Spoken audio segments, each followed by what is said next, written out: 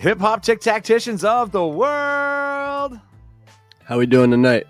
Good. I just realized who our guest is.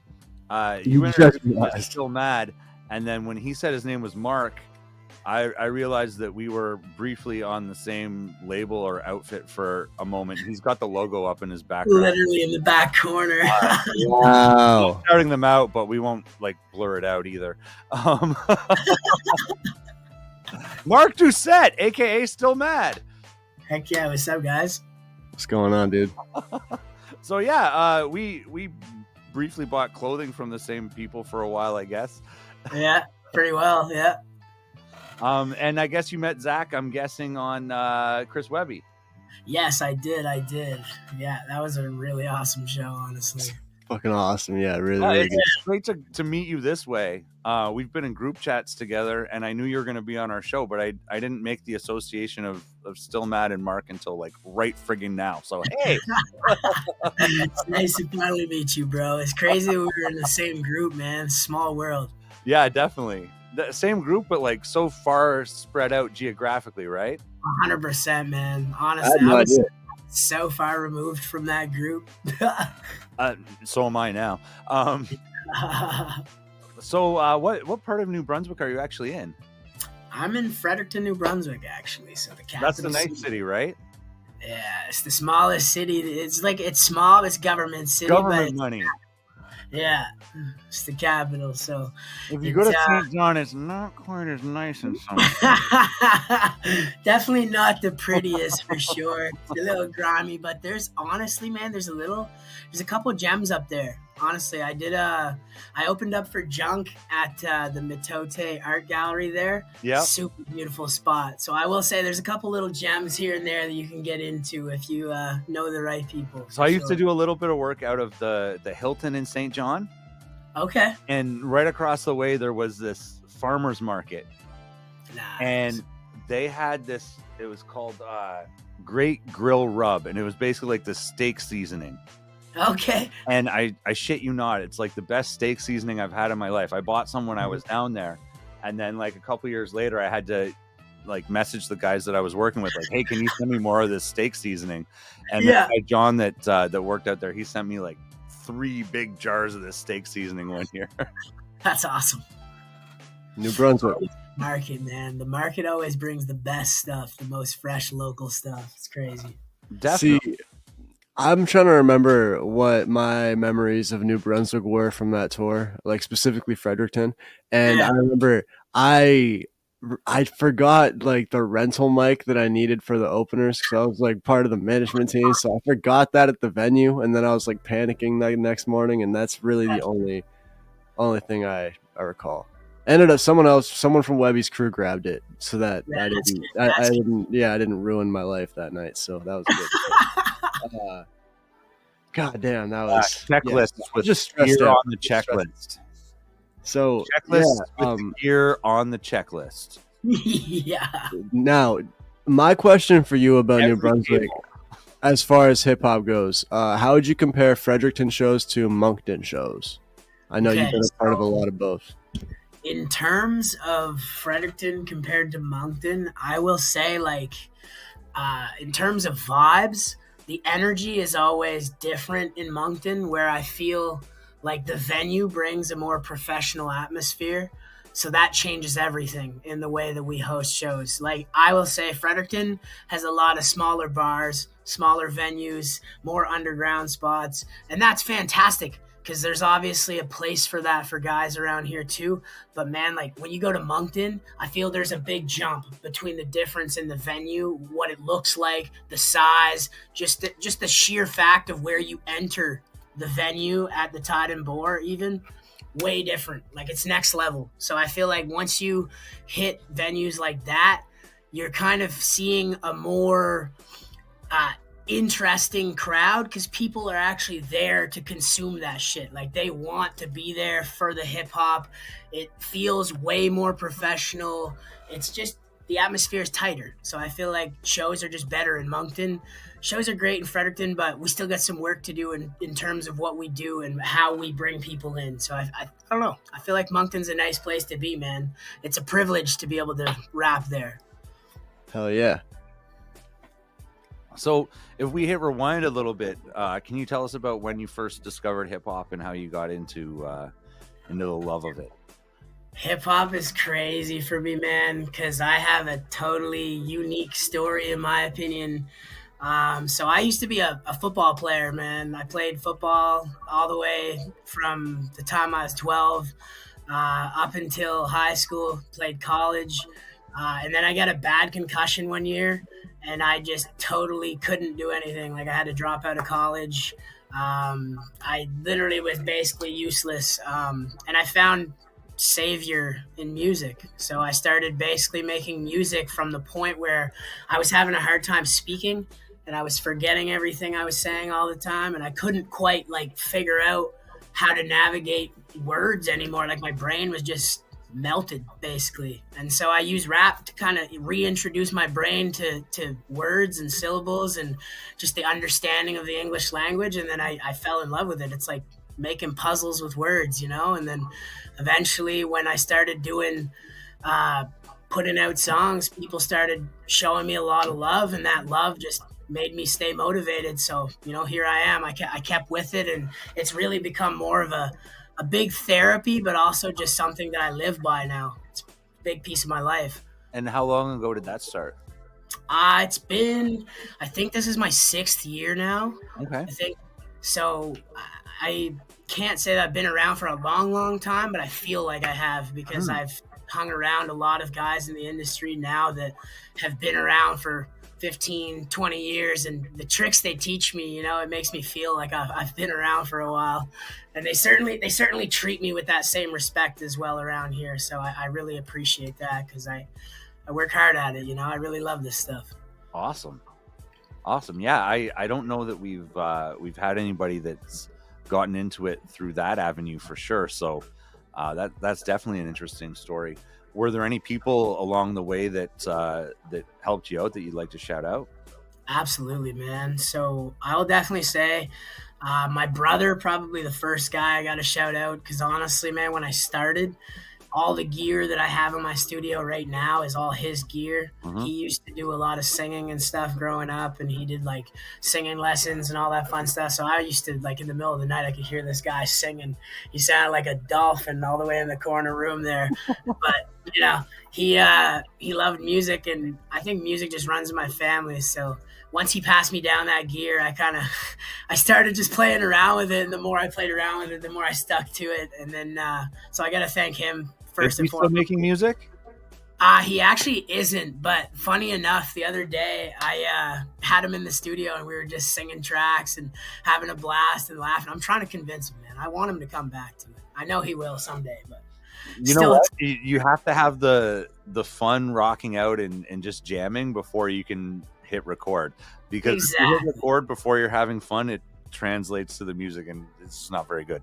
Exactly. And I'm just trying to show him the fun that we have, right? So, you know, the more I think he touches the mic, the more often he'll get excited again, and hopefully that'll translate into the same love that I have now. So we'll see. But other than that, I will say my buddy Maddie, when I got my concussion, basically he was the first guy I knew that had a studio. He goes by Young Lord right now. We rap on a collective called Raw Waves right now, which is international, which is pretty cool. Like, you know, from day one, I didn't really know where we were going to head with that, but now we've got guys in multiple different countries, Australia, Europe, United States, you name it, we're doing it. So it's cool. And well, when I started making music, he was the first guy to introduce me to a studio. He got me on the mic, and I remember shaking like in the booth because I couldn't even rap. Like, I didn't want to rap because I was scared, because these dudes were all used to it, and they'd been near the mic a million times, and it was my first time. But it was cool because they gave me the same respect that, you know, anybody else would have when they first started. So I felt comfortable, and here I am, man. It's crazy. So those two people, shout out to them for sure. What's your process when you make a song? What do you start with? Oh, dude.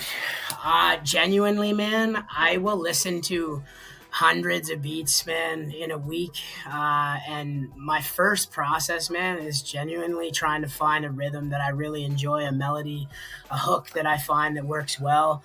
And I find that I can't just stop there. Like once I've made a hook that I like, I'll sing it a few times, and then I'll like move on for a little bit and come back to it. And if the same hook sticks in my head and I feel like I can't get it out of my head, that's what just feels like naturally should be there. So I'll keep it there and move along from there, man. Build it off the hook. That way everything's got a purpose and a guidance. And well, from hook to verse to hook, she's golden, man. And out of your catalog, what would you say is like the song that you're most proud of? Honestly, man, it's weird because I have this habit of saying, "Dang, that's the best song I wrote yet." And every time you make a new one, you should feel that way, right? Exactly, and that's kind of what I'm aiming at every time. And genuinely, like I feel like a lot of the songs I have out currently aren't my best yet, but to say my proudest track probably would be the one that I just released, because that one I wrote right after the D12 show in a parking lot. And I was watching my buddies open up for D12, and I just got super motivated by the fact that I seen my best friends opening for a group that I looked up to. And yeah, went and wrote that song, and here I am, crazy. Like I just, every song I've written, I don't even understand how I got there until I finish it. And I'm like, man, how did I do that? Like, that's crazy. Totally. Yeah. So when you mentioned D12, it gives me an idea of a little bit of the era that you grew up in. Who are some of the other artists that you draw inspiration from? Oh, dude, I draw inspiration in all sorts of different directions, which is crazy, man. I feel like you wouldn't even really know, I guess, but I definitely love Snack the Ripper a lot. Mm-hmm. I love Junk. He's great. Yeah. Mercules as well. I grew up on a ton of Vinnie Paz, so I really love Vinnie Paz. Anything that he did, all the groups he was a part of, very huge fan of him. And I did listen to a ton of Wu-Tang. So in particular, Method Man, really loved Method Man. But yeah, I mostly nowadays, I listen to Junk and Snack the Ripper and Mercules probably primarily. So that's where my main influence is kind of right now. Okay. If you could tell the listeners in like one sentence, if you were to describe your style, what would you use to draw them in? I definitely will say I'm very versatile. So there'll be sometimes, man, I'll go straight to a melodic track and make something that I'm singing on. And then I could also very easily go to something very aggressive on the boom bap style. But I try to keep some melodies in there often. Like I do enjoy singing quite a bit. So I'll just say versatile for sure. Beautiful. For sure. I try to stick to the boom bap as much as I can, man. That's really where my roots are, and I feel like that's where all the love for rap is for me, man. Same for me. Same for me, my friend. So Chris Webby is one of the artists you've opened for. You mentioned that your friends have opened for D12. What are some of the other things that you've been involved with? So in the past few years, I've kind of just been chasing being a part of as many shows as I can, just to show my own face, but also just to be a part of as many big movements that I've always wanted to be a part of. Like I got to open for Mad Child a few times. I got to open for Swollen Members as well. I got to open for Shad K when he came down here. Nice.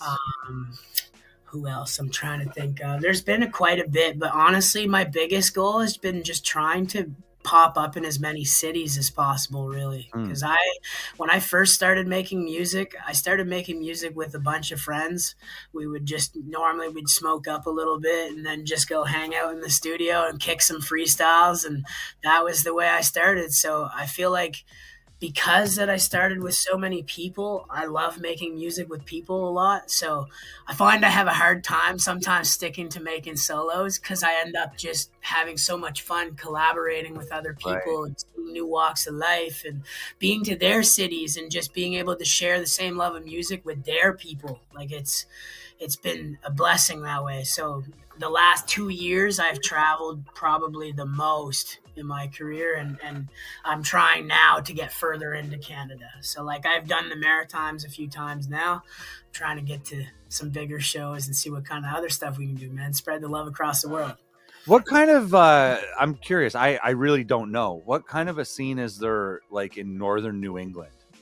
In northern New Like if England, you were to like is there an opportunity for you to expand into like Maine, New Hampshire, Vermont, shit like that? No, They're you definitely, most definitely. there definitely would be for sure. I've never actually been there, so I'm not even really quite sure. Like when you say that you want to break into like deeper into Canada, it geographically might make more sense for you to just dip south of the border a little bit. I agree. Yeah, And you that's know what, dude? I didn't think of it like that. yeah, and that's really like right now what Like I'm 'cause trying. how far are you from St. Stephen?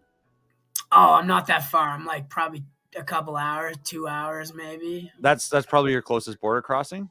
Yeah, I think so. Yeah, so like that's way easier than like trying to come to Toronto or some shit, right? Yeah, and I think, but what's cool about Toronto though, which is something new that I'm trying to get into, is that I just started working at the airport a couple months ago, Oh, and nice. so I get a flight benefit, and so that's why I Mm. joined, was so that I could use that to my advantage to start traveling across Canada. So I have guys that I've been asked to do shows with in Vancouver, Saskatchewan, Calgary, That's Toronto. awesome. And so I'm trying to get there. The big thing is making sure that I can have the benefit of making it cheaper for myself, so I can do that multiple times a year, because Cool. I don't know yet what kind of things are available for me as an artist. Yeah, and if you have the cheap flight built in, it makes you easier to book. Exactly. You know what I And mean? that's Like, I kinda was what on the phone with a promoter this afternoon, and we just couldn't financially make a Vancouver show work out. Yeah. Because the flight just made it impossible. Like I can't do the show for free and take time off of what I normally do to make money. exactly. And they can't put out the money for the ticket, so it's just cost Big time. prohibitive. They have to find somebody else or get the sound guy to run the Yeah. DJ tracks, basically. That is why it makes more sense to book people where they are. Yeah. But there's someone that's specially gifted like myself are still mad, and you have to move them around. Yeah. Of And then course. you get those. Then you get that from them, you know? Then you just have to figure it out, you know. Logistics in the music industry. I was talking to one of my coworkers at a chair factory today about this. It's just like, musicians don't get free stuff. It's unfortunate. Just because a musician's a musician doesn't mean we don't have to pay for flights or hotels or Well, and that's the side that nobody sees really, because exactly, or buses and fucking vans. because people always talk about talent, right? And they say this guy's underrated, this guy's underrated, this guy's underrated.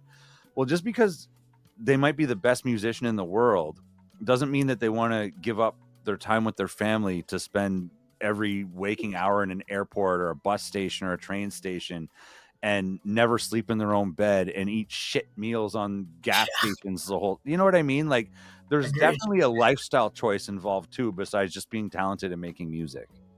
I agree. And that, I will say, is something that in the last few years, once I started traveling, I started to realize a lot of, is that there's going to be a lot of money spent, a lot of restaurants, a lot of not so comfy beds, all just to make some big moments happen. Sleeping in the And car. that's the sacrifice we make. You know what I mean? That's the sacrifice we Yeah. make as artists to really get to where we want to go and propel the message we're trying to make. So it's an investment for sure, but I think like as an artist, we know we're walking into this thing making investments. Oh, because definitely. And first making piece here alone, making a good song is just the tip of the iceberg, right? Like yeah, it's like- the start. Like that's the you can make beginning. the best song in the world, but unless you're Yeah. looking to never eat dinner at home, never Yeah. sleep in your own bed, be on the road 200 nights a year, it's just not going to happen for you on that Yeah. level.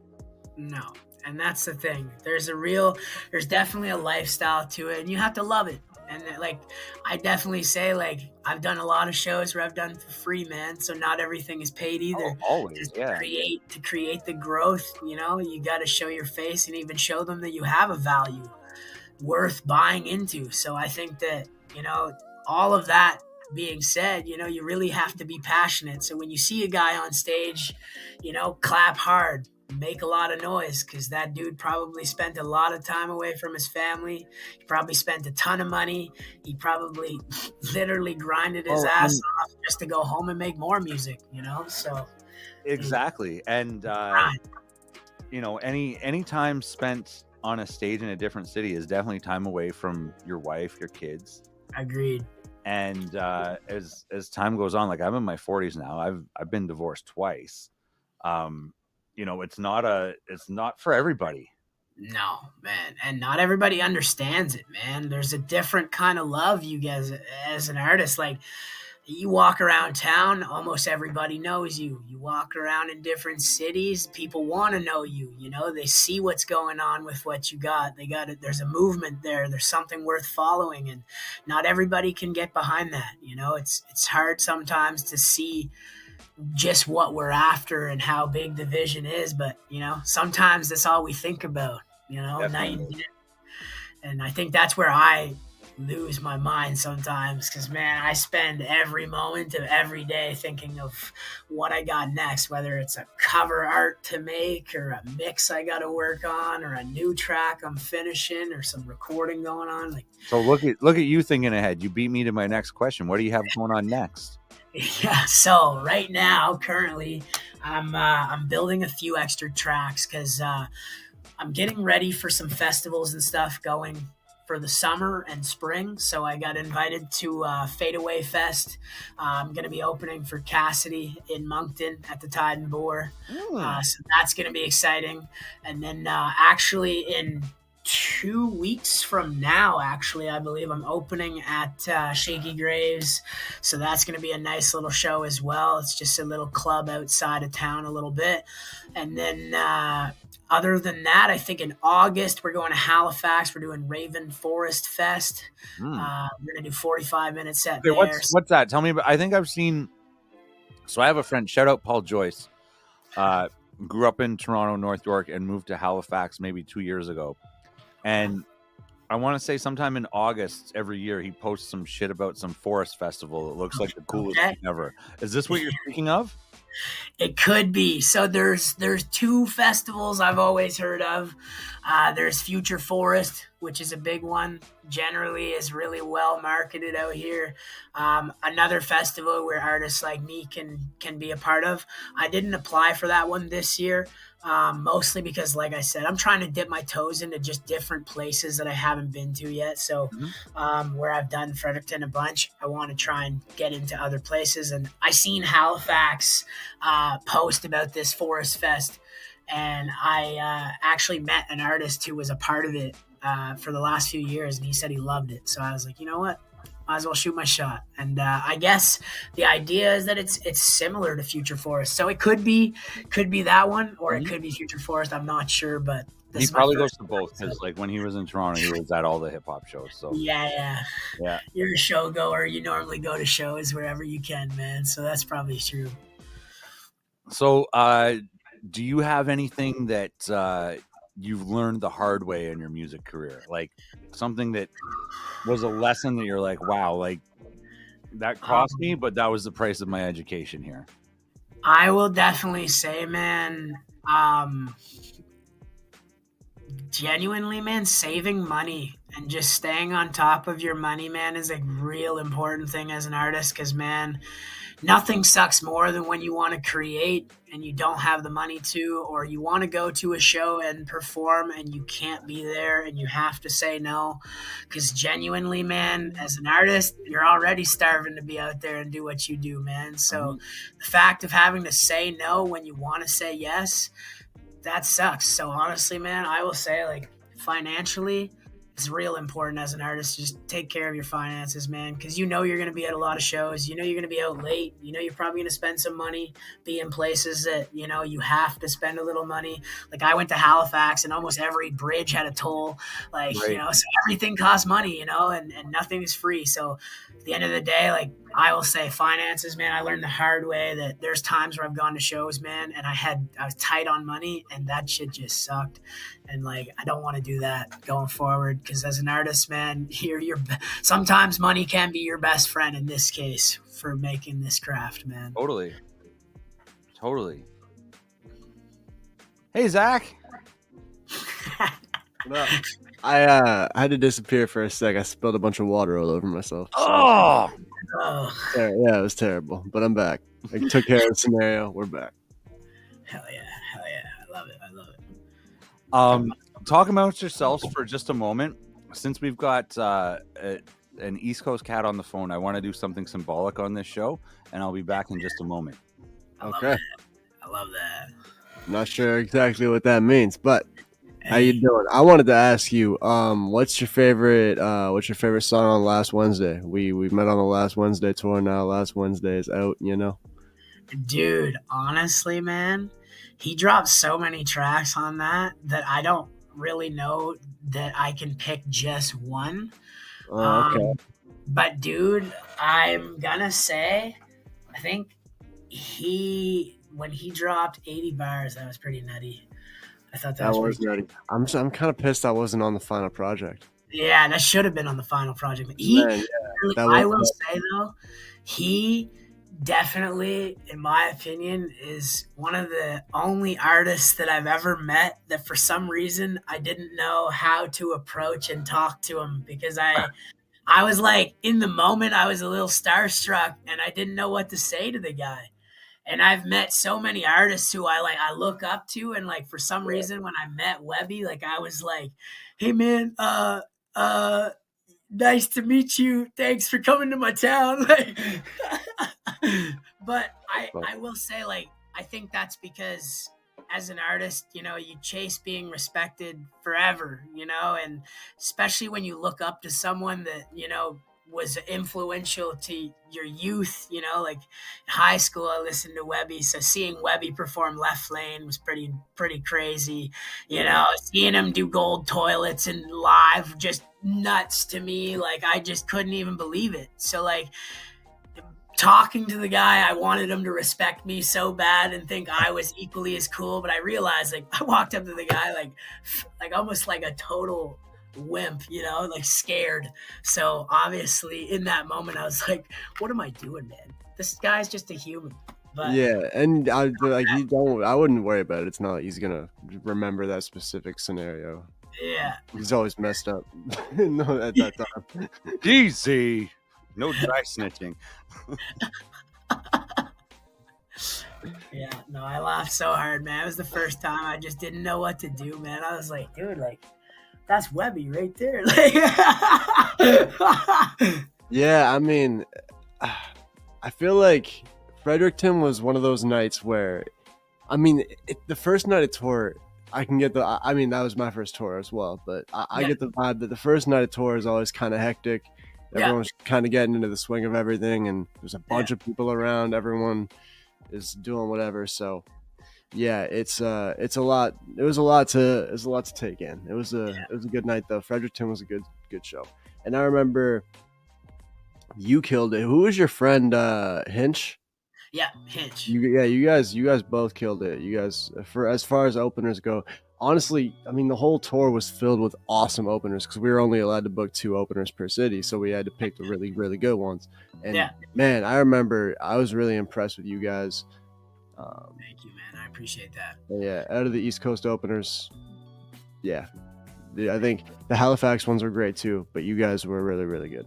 Heck yeah, man. I appreciate that. And I remember Zach saying that that show was one of the better ones. Heck yeah. And I think going into it, like, I could feel that. Did Sonny say that too?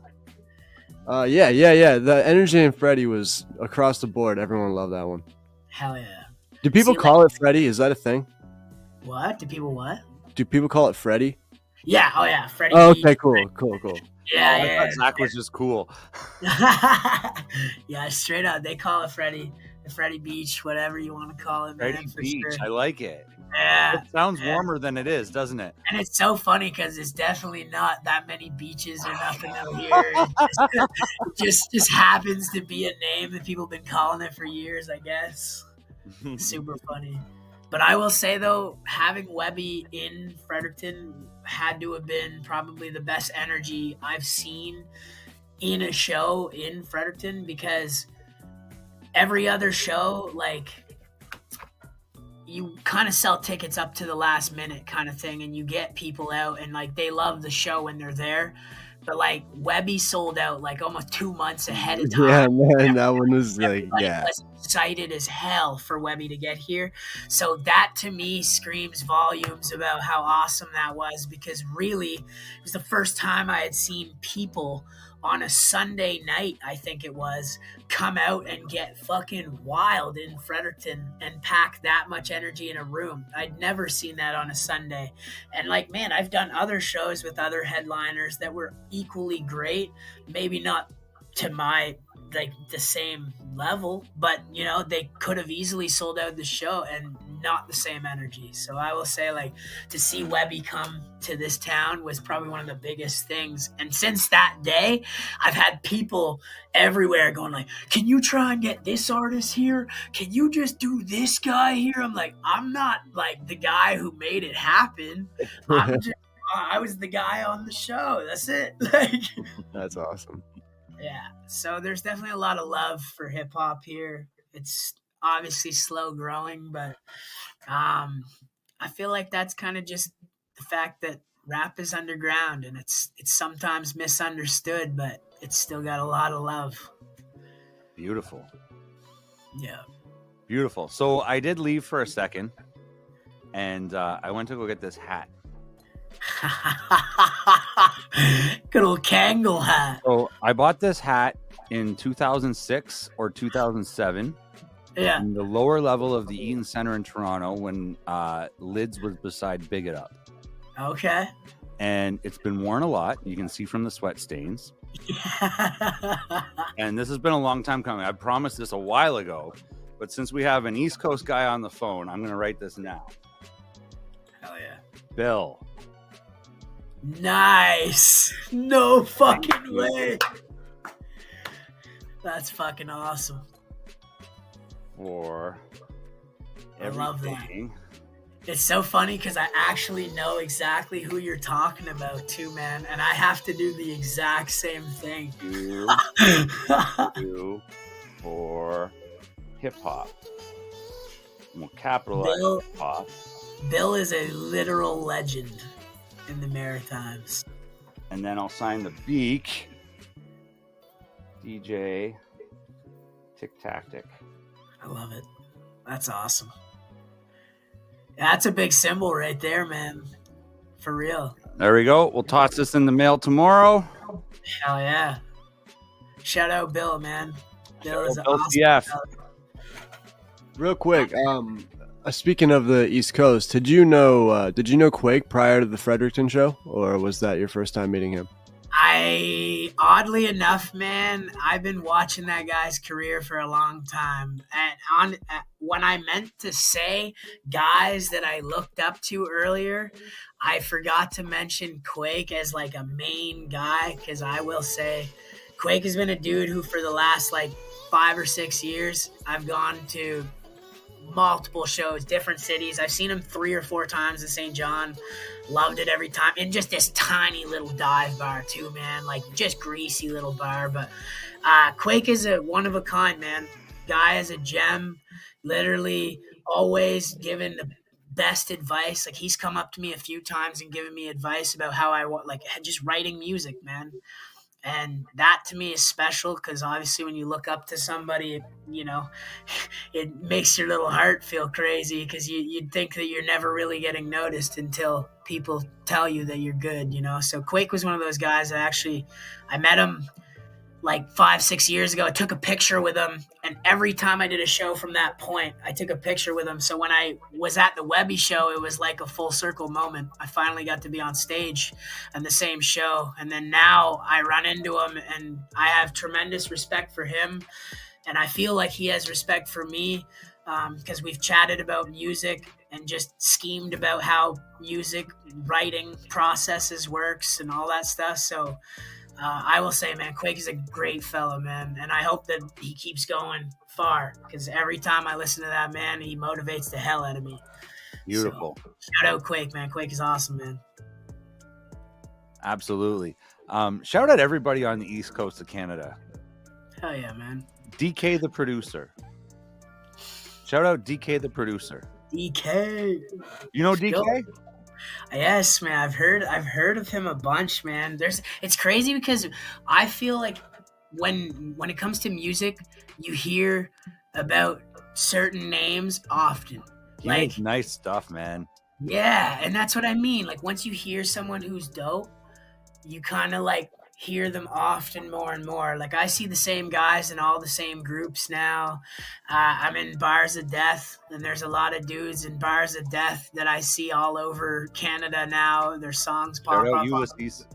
Yeah, Ulysses is a crazy rapper, man. That guy is super talented. So yeah, I will say, man, like it's crazy because now, like everywhere I go, I see the same artists, and I'm thinking to myself, like, you know, the best of the best you'll always see them around, and I definitely have heard that guy's name a bunch of times. Absolutely. So we normally have another co-host. Her name's Natalie. Okay. If she was here, she would ask you what 3 songs, yours or by other people, that you'd like us to play tonight. Oh, dude. Okay.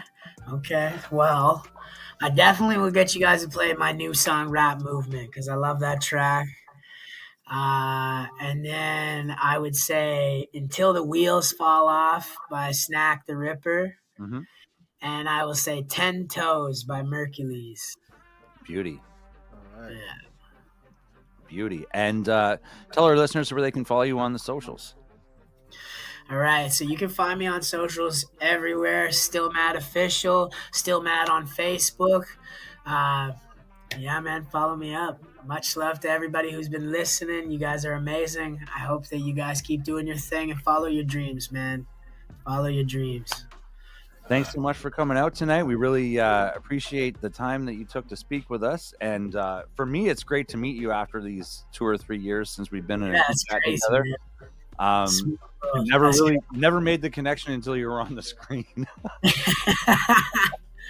Well, thank you for having me, man. I appreciate being here, man. It was awesome chatting with you guys, for real. So yeah, thank you. Bill, the hat's in the mail. Hell yeah. And until next week, keep fit and have fun. Hell yeah.